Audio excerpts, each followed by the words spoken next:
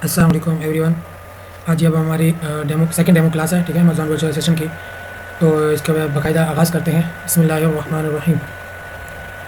हम लोगों ने लास्ट जो फर्स्ट डेमो क्लास ली थी उसमें हम लोगों ने ये पढ़ा, इस बारे में मैंने थोड़ा सा आप लोगों के साथ डिस्कशन की थी, ठीक है ना, कि हमारे पास अमेज़ॉन वर्चुअल सेशन क्या होता है, ठीक है। इसके अलावा हम लोगों ने थोड़ी सी अमेज़ॉन की हिस्ट्री पढ़ी थी, सही है। देन हम लोगों ने जो है वो अमेज़ॉन के बारे में पढ़ा था कि हमारे पास वर्चुअल सेशन क्या होता है, ठीक है, उसके शेयर क्या होते हैं।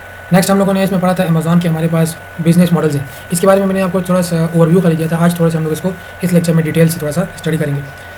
नेक्स्ट मैंने आप लोगों के साथ में FBA और FBM के बारे में फ़र्क बताया था और साथ में ये बताया था कि ये काम किस तरीके से करता है, ठीक है। नेक्स्ट मैंने आप लोगों को बताया था कि हमारे पास अमेज़ॉन वर्चुअल असिस्टेंट के लिए कौन से की पॉइंट्स हैं, ठीक है, कि कौन से ऐसे पॉइंट्स हैं कि जो न्यू अमेज़ॉन वर्चुअल असिस्टेंट को ज़रूरी है कि वो अपने ज़हन में रखे। ये हमारे पास 10 पॉइंट्स है। लास्ट में मैंने आप लोगों को बताया था कि ये अमेज़ॉन के ये कुछ पॉइंट्स हैं और साथ में ये strong communication, organisation and time management skill, ये हमारे पास 3 स्किल हैं एक अमेज़ॉन वर्चुअल असिस्टेंट, एक न्यू अमेज़ॉन वर्चुअल असिस्टेंट तो वो काम स्टार्ट करने के लिए ये ज़रूरी है। आज हम लोगों ने इसमें पढ़ना है कि हमारे पास शिपमेंट चैनल्स या मेथड एंड टाइप्स इसमें क्या है, ठीक है। तो हमारे पास सबसे पहले जो है वो सिर्फ देयर आर 2 चैनल्स या मेथड, ठीक है ना। हमारे पास 2 चैनल्स हैं या हमारे पास यूजुअली यूज़ होता है बाय सी, बाय एयर, ठीक है। बहुत कम अगर हम लोगों को स्मॉल स्केल पर परचेजिंग करनी होती है ना, हम लोग बाय रोड या बाय कोरियर भी हम लोग सेलेक्ट कर सकते हैं। जो हमारे पास जो मेन यूज़ होने वाले हैं वो यही 2 हैं, एक बाय सी और एक बाय एयर। अब हमारे पास ये बताते हैं कि हमारे पास वेल नोन 4 तरह की शिपमेंट होती है, ठीक है ना। अब हमारे पास सबसे पहले जो है वो FOB है। ये सबसे पहले हम लोग करते हैं EXW को, ठीक है, जो सेकंड नंबर पर है। EXW में हमारे पास ये होता है कि जब हम लोग प्रोडक्ट सोर्सिंग करते हैं, ठीक है, उस टाइम पे हम लोगों ने सिंपल क्या करना होता है कि हम लोगों ने फैक्ट्री वालों को बता देते हैं, जो हमारे मैन्युफैक्चर होता है उसको हम बता देते हैं कि आप ऐसा करो कि हमारे लिए प्रोडक्ट बना दो, यानी मैन्युफैक्चर कर दो और फिर अपनी फैक्ट्री में रखो। बकाया आपकी फैक्ट्री से लेकर और वेयर हाउस तक पहुंचाना हमारा काम है। ये इसको हम लोग इस मेथड को हम लोग कहते हैं EXW, ठीक है। नेक्स्ट हमारे पास टाइप जो है वो FOB है, फ्रेड ऑन बोर्ड। इसमें हमारे पास ये होता है कि जो फैक्ट्री होती है ये हमारे पास अगर जिस कंट्री में हम लोगों ने मैन्युफैक्चरिंग कराई है प्रोडक्ट, ठीक है, उसी प्रोडक्ट उसी जो कंट्री है उसके वो सी पोर्ट तक जो है वो हमारे पास लेके आ जाएगा, ठीक है। जो मैन्युफैक्चर है ना, जो वो हमारे पास फैक्ट्री जो है, ठीक है, वो हमारे पास उसकी जो बोर्ड है सी पोर्ट जो है ना वहाँ तक पहुँचा देगा। यहाँ तक उसके चार्जेस आगे फिर हम लोगों ने खुद ही करना होता है। नेक्स्ट हमारे पास है DDU, डिलीवर ड्यूटी अनपेड। इसमें हमारे पास क्या होता है, मैन्युफैक्चर जो होता है वो हमारे जो जिस कंट्री में हमारा अपना अमेज़ॉन वेयर हाउस होता है, ठीक है, वहाँ के जो सी पोर्ट होती है वहाँ तक प्रोडक्ट हमें पहुँचा देते हैं, ठीक है। नेक्स्ट हमारे पास है DDP, डिलीवर ड्यूटी पेड। इसमें हमारे पास क्या होता है कि एक जो फैक्ट्री होती है, ठीक है, मैन्युफैक्चर होता है, वो पहले मैन्युफैक्चर करता है एक प्रोडक्ट, ठीक है, देन वो हमारे पास शिपमेंट के भी सारे चार्जेस वही पे करता है और हमारे वेयर हाउस तक पहुँचा देता है। इस पर वो हमारे कुछ जो है वो एक्स्ट्रा चार्जेस देता है, वो हम लोग पे कर देते हैं। अगर ये पे हम लोग मिसाल के तौर पे हम लोगों ने EXW लिया हो या FOB लिया हो या DDU लिया हो, इसमें हमारे पास DDP से ज़्यादा एक्सपेंस आ जाते हैं, इसलिए हम लोग DDP को ज़्यादा हम लोग भी पसंद करते हैं और इसके अलावा अगर हमारा जो क्लाइंट है वो भी पसंद करता है DDP, क्योंकि वो हमारे पास क्या होता है कि मैन्युफैक्चरर पहुँचा देता है उस तक वेयर हाउस तक, ठीक है, और इसमें हम लोग तो एक्स्ट्रा थोड़े से चार्जेस को पे कर देते हैं। अब हमारे पास आती है कि important point for Amazon private label seller के लिए, ठीक है। ये हमारे पास जो सबसे पहले पॉइंट आ जाता है प्रोडक्ट रिसर्च के बारे में। जिस तरीके से मैंने आपको बताया था प्रोडक्ट हंटिंग, तो प्रोडक्ट हंटिंग और प्रोडक्ट रिसर्च एक ही चीज़ है, ठीक है। प्रोडक्ट रिसर्च करते हैं कि कौन सी मार्केट में कौन सा प्रोडक्ट कितनी रेंज में हमारे पास सेल होता है, ठीक है। इसके लिए हम लोगों ने प्रोडक्ट रिसर्च करनी पड़ती है। इसके लिए हम लोग मुख्तलिफ टूल यूज़ करते हैं, जैसे कि हीलियम 10 हो गया, जनरल स्काउट हो गया, कीपा हो गया, और हम लोग कीवर्ड्स रिसर्च के लिए मर्चेंट वर्ड यूज़ करते हैं, ठीक है। हम लोग गूगल ट्रेंड्स यूज़ करते हैं, जिसमें हम लोगों को ये पता चलता है कि हमारे पास ये प्रोडक्ट सीजनल वाइज है कि नहीं, थ्रू आउट द ईयर चलेगी, ठीक है। नेक्स्ट हमारे पास है ब्रांडिंग, क्योंकि एज अ प्राइवेट लेवल आप लोगों ने इन्वेस्टमेंट की होगी, ठीक है, या आप लोगों के क्लाइंट ने इन्वेस्टमेंट की होगी, तो आप लोगों ने सिंपली क्या करना है, वो सबसे पहले अपनी ब्रांड रजिस्टर कराएगा, ठीक है ना, ट्रेडमार्क रजिस्टर कराएगा। देन हमारे पास आती है प्रोडक्ट लिस्टिंग ऑप्टिमाइजेशन, कि हम लोगों ने वक्त के साथ साथ, ठीक है ना, वक्त के साथ साथ हम लोगों ने क्या करना है, प्रोडक्ट लिस्टिंग में चेंजिंग लानी है। मैंने हमारे पास अगर प्रोडक्ट में कोई एडवांसमेंट आ रही है, कोई वेरिएशन ऐड हो रही है, या हमारे पास प्राइस में कोई अप एंड डाउन हो रही है, इसमें हम लोगों ने ऑप्टिमाइज करना है, ठीक है। तो इन्वेंट्री मैनेजमेंट करनी है कि हमारे पास कितनी इन्वेंट्री आई है, कितनी इन्वेंट्री सेल हो गई है और कितनी इन्वेंट्री रिमेनिंग है, और कितनी इन्वेंट्री हम लोगों ने और ऑर्डर करनी है मैन्युफैक्चरर को। नेक्स्ट हमारे पास आती है प्राइसिंग स्ट्रेटजी। जिस तरह मैंने आप लोगों को प्रोडक्ट लिस्टिंग में बताया था, हम लोगों ने प्रोडक्ट प्राइस के अप एंड डाउन के साथ ही हम लोगों ने अपने जो प्राइवेट लेबल सेलर है ना, वो हम लोगों ने क्या करेगा, अपने प्राइस को भी अप एंड डाउन करता रहेगा। नेक्स्ट हमारे पास है मार्केटिंग एंड एडवर्टाइजिंग। इसमें हम लोगों ने क्या करना होता है, या हमारे जो प्राइवेट लेबल है तो क्या करता है कि वो हमारे पास PPC एड्स वगैरह चलाता है या स्पॉन्सर्ड एड्स वगैरह चलाता है, एडवर्टाइजमेंट करता है, मार्केटिंग में करता है, इस पर थोड़ा सा अपना एक्सपेंस लगाता है। वो इसलिए एक्सपेंस लगाते हैं ताकि एक टाइम आए कि उसका बिजनेस एक टॉप लेवल पर आ जाए, ठीक है ना। कस्टमर सर्विस जिस तरीके से मैंने आपको प्रीवियस डेमो क्लास में बताया था, इसमें भी बताता हूँ कि आपके अगर जो बायर है, ठीक है, या आपका जो क्लाइंट है, उसके लिए आप लोगों ने क्या करना है कि सिंपल उसको जोन सी भी उसको सर्विस प्रोवाइड होना, ठीक है ना, उसको बताना है, ताकि तो आप लोगों की स्ट्रॉन्ग कम्युनिकेशन होगी, आप लोग फुल उसको गाइड करो, ठीक है ना, कि किस तरीके से आप लोगों ने इस प्रोडक्ट को यूज़ करना है और इसमें क्या क्या क्वालिटी वगैरह, ठीक है। नेक्स्ट हमारी बात है रिव्यूज़ एंड रेटिंग मैनेजमेंट। जिस तरीके से मैंने आपको प्रीवियस लेक्चर में बताया था, ठीक है, कि आप लोगों ने हमेशा यही ट्राई करनी है कि आप लोग नेगेटिव रिव्यू से बचो, ठीक है, और रेटिंग प्रोडक्ट की क्वालिटी अच्छी बनवाओगे, ठीक है, देन आप लोगों को रेटिंग अच्छी मिलेगी।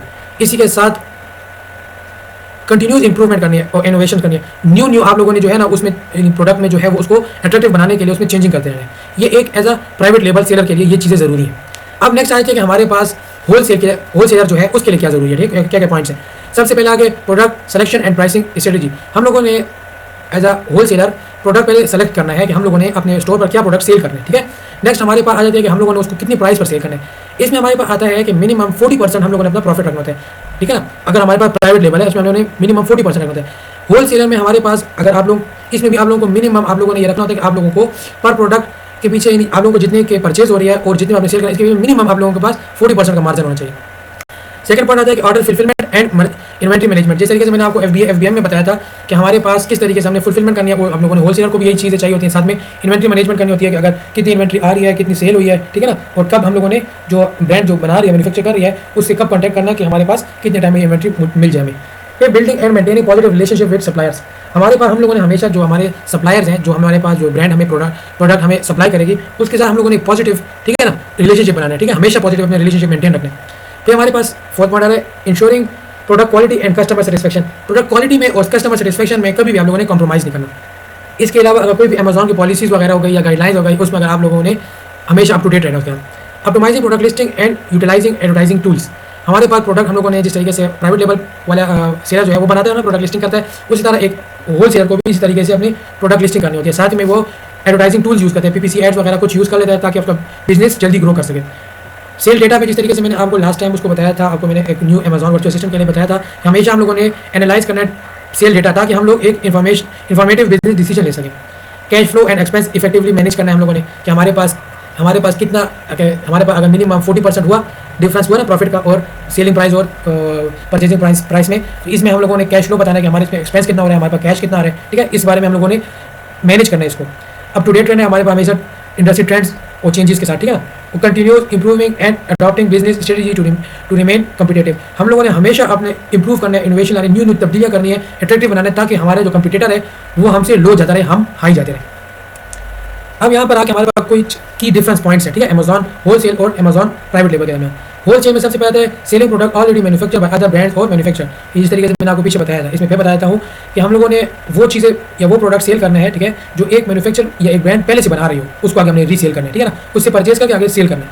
देन हमारे पास आता है अमेजॉन प्राइवेट लेवल में क्या आता है कि वो अपनी creating and selling own brand, हम लोगों ने अपनी ही एक ब्रांड बनानी है और उसी को आगे सेल करना है अमेजॉन पर। सेकंड पॉइंट आ जाते हैं कि buying product in bulk and reselling them on Amazon.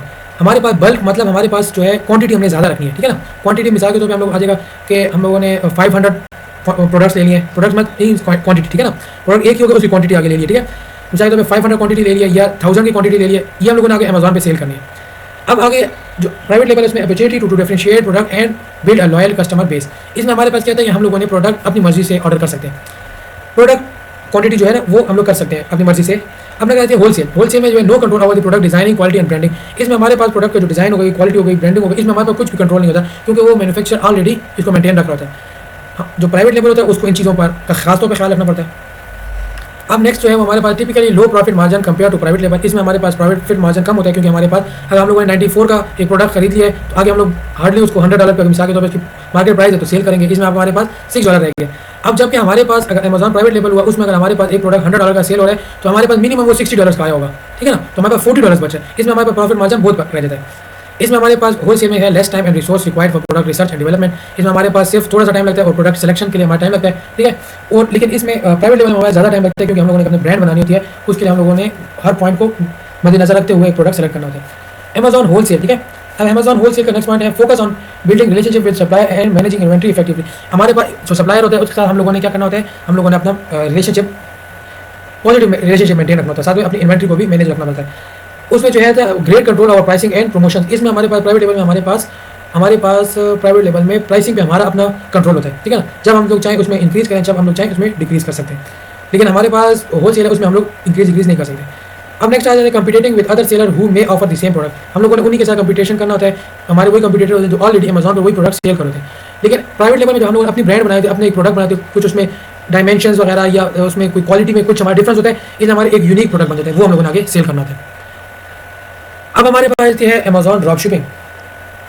Amazon drop shipping हमारे पास क्या होती है, इसमें हमारे पास होती है कि हम लोगों ने एक प्रोडक्ट लिस्ट किया होता है, ठीक है। अगर हम लोगों ने मिसाल के तौर पर $24 का सेल कर रहे हैं, ठीक है, हमारे पास ऑर्डर आ गया, हमारे कंपटीटर है वो $20 का सेल कर रहे हैं, हम लोग क्या करते हैं कि वो $20 से उससे जो है ना वो परचेज करके और अपने सप्लायर का एड्रेस देकर उसको डिलीवर करवा देते हैं, ठीक है ना। इस तरह हमारे पास ये $4 बच जाते हैं। लेकिन हमारे पास अमेजॉन पे जो ड्रॉप शिपिंग का काम है, ये ना हमारा क्लाइंट पसंद करता है, ना ही मैं कहूँगा कि आप लोग इसको पसंद करें, क्योंकि इसमें हमारे पास क्या होता है, प्रोडक्ट क्वालिटी में डिफरेंस आ जाता है। हमारे पास अगर आपके मिसाल के तौर पर आप लोगों ने एक पिलो सेल कर रहे हैं, उसमें आप लोगों ने कहा 100% कॉटन है, ठीक है। आप लोगों के कंप्यूटर में भी पॉसिबल है वो 80% कॉटन हो उसके पास, जहाँ के सप्लायर के पास या आपके जो क्लाइंट के पास पहुंचेगा, ठीक है ना, बायर के पास पहुंचेगा, तो उसको पसंद नहीं आएगा, वो आपको नेगेटिव रिव्यू दे देगा। इसी तरह आप लोगों ने खुद को नेगेटिव रिव्यू से बचाना है, तो आप लोगों का बिजनेस ग्रो करता रहेगा।